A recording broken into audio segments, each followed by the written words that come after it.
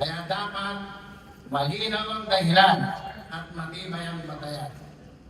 Bilang miyembro ng National Unity Party, tumitindig ako upang suportahan ang pasya ng House Committee on Ethics and Privileges sa pagkapatalsik kay Cavite 4th District Representative Francisco Kiko A. Barzaga mula sa House of Representatives.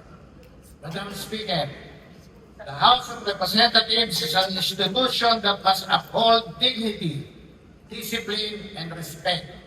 We cannot normalize behavior that erodes the credibility of Congress and diminishes public trust in this institution.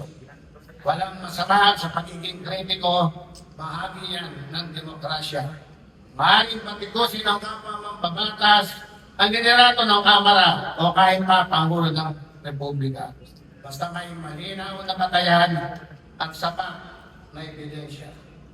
Pero mabigat din ang responsibilidad na kakibat ng mga akusasyon ng isang halal na opisyal. Hindi pwedeng puro paratang na walang maayos na ebidensya ang nilalatag. Hindi pwedeng gawing normal ang reckless accusation at public attacks na nakakasira sa reputasyon ng mga tao at sa kredibilidad ng mga institusyon.